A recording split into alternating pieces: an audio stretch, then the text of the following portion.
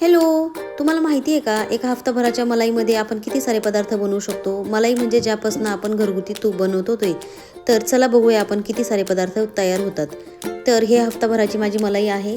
ती मी काही मिक्सरच्या भांड्यात घेतलेली आहे आणि थंड पाणी घेतलेलं आहे आणि मिक्सरला फिरून घेतल्यानंतर तुम्ही बघू शकता एक साईडला क्रीम तयार झालेली आहे आणि एका साईडला पाणी आहे. पाणी म्हणजे ताक आहे ते.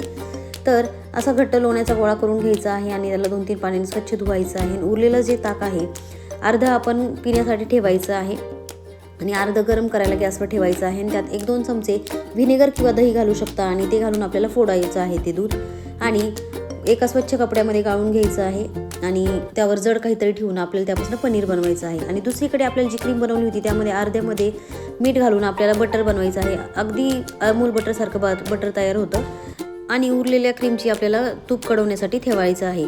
आणि दुसरीकडे बघू शकतात किती चांगल्या प्रकारे घरगुती पनीर तयार झालेलं आहे आणि बटरही तयार झालेलं आहे, तूपही तयार झालेलं आहे. अशा प्रकारे आपण 4 पदार्थ बनवलेले आहेत. तर व्हिडिओ आवडला असेल तर लाईक करा, व्हिडिओला कमेंट करा, चॅनलला सबस्क्राईब केलं नसेल तर सबस्क्राईब करा.